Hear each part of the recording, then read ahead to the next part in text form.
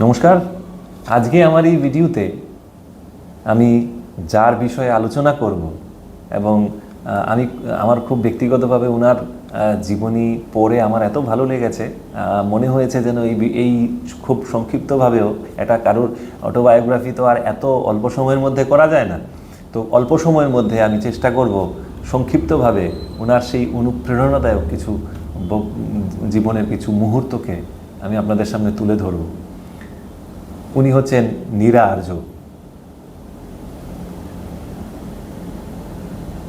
যিনি আমাদের স্বদেশ এবং নেতাজি সুভাষচন্দ্রের জীবন বাঁচাবার জন্যে নিজের স্বামীকেও হত্যা করতে দ্বিধাবোধ করেননি। উনি ছিলেন নীরা আর্য। এবার আসা যাক মূল বক্তব্যে। আজাদ হিন্দ ফৌজ গঠন হওয়ার পরে ব্রিটিশ ভারতের যে একজন আধিকারিক, ওনার নাম ছিল শ্রীকান্ত জয়রঞ্জন দাস। উনাকে দায়িত্ব দেওয়া হয়েছিল নেতাজি সুভাষচন্দ্র বসুকে হত্যা করার জন্য।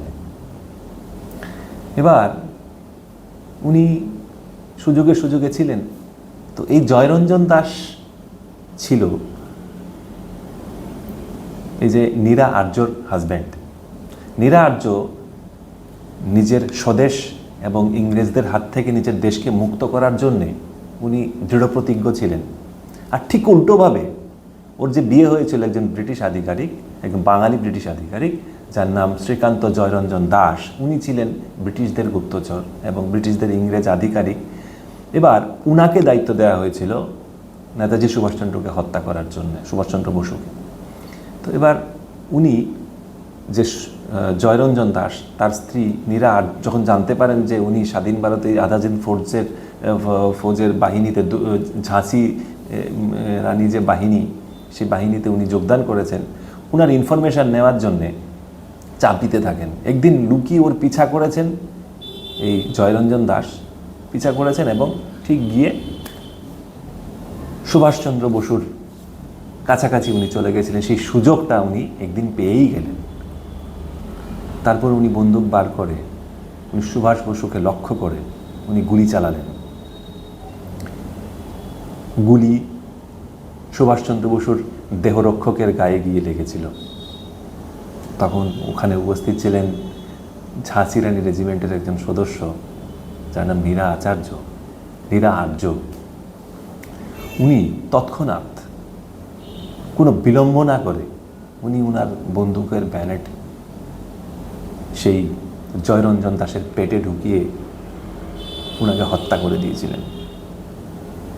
আপনি ভাবতে পারছেন, নেতাজি সুভাষচন্দ্র বসুকে বাঁচাবার জন্যে আজাদ হিন্দ ফৌজের সেই প্রতিষ্ঠাতা উনাকে রক্ষা করার জন্যে, যাকে কেন্দ্র করে এই দেশ স্বাধীনতার স্বপ্ন দেখেছিল, ওনার স্বামীকেও হত্যা করতে দ্বিধাবোধ করেনি। কতটা দেশপ্রেম ওনার মধ্যে ছিল। তারপর সেখান থেকে উনি গ্রেপ্তার হন। নেতাজি সুভাষচন্দ্র বসু বেঁচে গেছিলেন, উনি গ্রেপ্তার হন। পুলিশ তাকে প্রথম, ব্রিটিশদের যে পুলিশ ওনাকে প্রথম, নীরা আর্যকে প্রথম কলকাতার জেলে নিয়ে যায়। তারপর আন্দামান সেলুলার জেলে স্থানান্তরিত করা হয়। সেখানে জেলের যে আধিকারিক ছিলেন, উনি নীরা আর্যকে জিজ্ঞেস করেছিলেন যে সুভাষচন্দ্র বসু কোথায়। তখন নীরা আর্য তার উত্তরে বলেছিলেন যে যেখানে দেশবাসী সবাই জানে যে বিমান দুর্ঘটনায় সুভাষচন্দ্র বসুর মারা গেছেন, আপনি আমাকে জিজ্ঞেস করছেন সুভাষচন্দ্র বসু কোথায়। তখন জেলের যেই আধিকারিক ছিল উনি ওকে জিজ্ঞাসা করলেন যে না, তুমি জানো সুভাষ বসু মারা যায়নি, কোথায় আছে সত্যি করে বলো, তাহলে তোমাকে ছেড়ে দেব। তখন নীরা আর্য উত্তর দিয়েছিলেন, সুভাষ বসু আমার বুকে জীবিত আছে, আমার প্রাণে জীবিত আছে, আমার মনে জীবিত আছে। ব্রিটিশ আধিকারিক প্রচণ্ড রেগে গেলেন এবং রেগে গিয়ে উনি বললেন, তাহলে আমি তোমার এই বুক থেকে সেই সুভাষ বসুকে চিরে বার করে দেব। তৎক্ষণাৎ উনি যে বাগানের মালি আছে, যে কেচি দিয়ে গাছ কাটে, সে মালির দিকে ইশারা করলেন। তৎক্ষণাৎ উনি উনার বুকের কাপড়টুকু ছিঁড়ে ফেলেছেন, নীরা আর্যর ছিঁড়ে ফেলে উনার স্তন কেটে নেওয়ার চেষ্টা করেছেন এবং চূড়ান্ত আঘাত উনাকে দিয়েছেন। এবং উনি বলেছেন যে তোমার বুকের ভেতর থেকে সুভাষ বসুকে আমি বার করে নেব। নীরা আর্য নতি স্বীকার করেননি। কতটা যতনা, কতটা শাস্তি, কতটা ওনার উপরে অত্যাচার করা হয়েছিল, এটা ভাবার অতীত, এটা ভাবাতীত। সেটা কত অত্যাচার নীরা আর্যর উপরে করা হয়েছিল, কত যতনা তাকে দেওয়া হয়েছিল। সেই নীরা আর্য একটা সময় ওনাকে এত আঘাত করা হয়েছিল, এত অত্যাচার করা হয়েছিল, এত শাস্তি দেওয়া হয়েছিল যে ওনাকে চাকার মধ্যে ঘুরিয়ে পর্যন্ত ওনাকে ঝুলিয়ে রাখা হয়েছিল। তারপর পাহাড়ের একটা উঁচু জায়গা থেকে ওকে ফেলে দেওয়া হয়েছিল।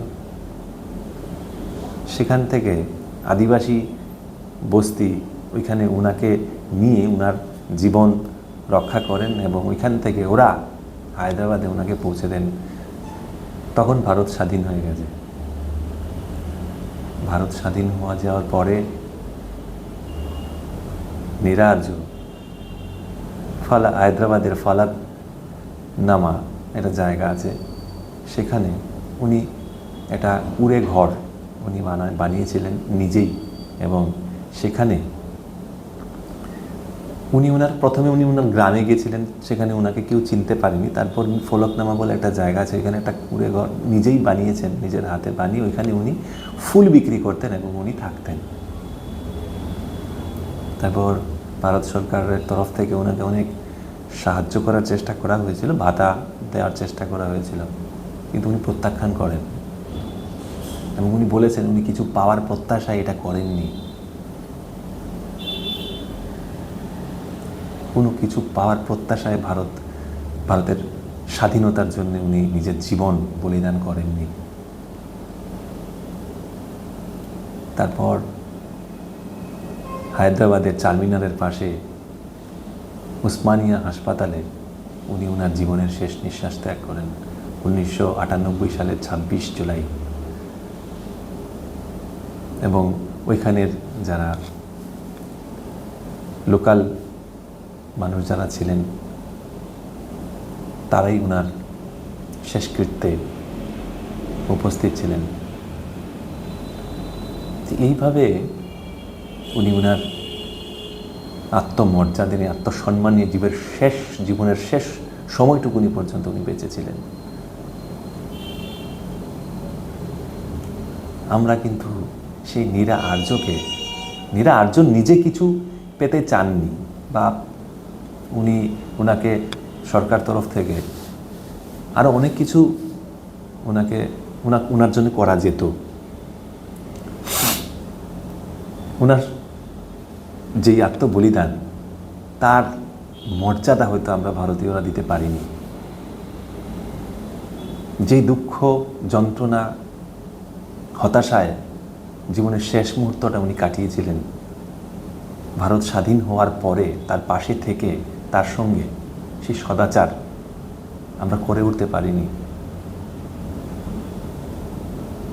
যেই ভারত স্বাধীন হওয়ার জন্য উনি ওনার জীবন, ওনার যৌবন, ওনার জীবনের সব কিছু, কত অত্যাচার, কত যন্ত্রণা, কত যতনা উনি সহ্য করেছিলেন, তার ভাগ কিন্তু আমরা কেউ পাইনি, কল্পনাও করতে পারি না। দেশ এমনিতে স্বাধীন হয়নি। এমন কত কত বীরাঙ্গনা আছেন যারা নিজের জীবন দিয়েছেন, নিজেদের যৌবন দিয়েছেন, কষ্ট স্বীকার করেছেন, যতনা স্বীকার করেছেন।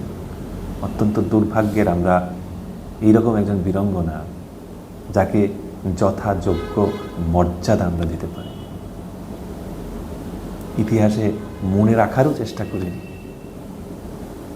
যিনি জীবনে কোনো প্রত্যাশা ছাড়া শুধু স্বাধীনতাটাকেই প্রত্যাশা করেছিলেন, নিজের ব্যক্তিগতভাবে কোনো কিছু চাননি। আজকে আমাদের সমাজ ব্যবস্থায় মানুষ অনেক বেশি আত্মকেন্দ্রিক হয়ে গেছে, নিজেকে ছাড়া কোনো কিছুই চেনে না, নিজেকে ছাড়া কোনো কিছুই বুঝে না। তো এই ধরনের যারা আত্মবলিদানী ছিলেন তাদের জীবন থেকে আমরা অনুপ্রেরণা নিয়ে নিজের পাশাপাশি আমাদের এই সমাজ, আমাদের এই রাষ্ট্র, আমাদের এই দেশ, তার জন্যও আমাদের ভাবতে হবে সবাইকে। নিজের ব্যক্তিগত লাভালাভকে ত্যাগ করে এই সমাজের জন্য ভাবতে হবে। একটু সময় আমাদের সবাইকে দিতে হবে, তাহলেই এই মীরা আর্যের মতো বীরাঙ্গনার প্রতি আমাদের সত্যিকারের শ্রদ্ধা নিবেদিত হবে। নমস্কার, সবাই ভালো থাকবেন। আশা করি আমার এই মীরা আর্যের বিষয়ে যেই গল্প, ওনার যে ইতিহাস আপনাদের সঙ্গে আলোচনা করেছি, আশা করি আপনারা অনেক বেশি অনুপ্রাণিত হবেন এবং এই রাষ্ট্রের প্রতি, এই সমাজের প্রতি আমাদের দায়িত্ব, কর্তব্যটুকু আমরা বুঝে নিয়ে এই বীরাঙ্গনা মীরা আর্যের মতো ওদের প্রতি আমরা সঠিকভাবে নিজেদের শ্রদ্ধার্ঘ্য নিবেদন করব। নমস্কার, ধন্যবাদ, সবাই ভালো থাকবেন।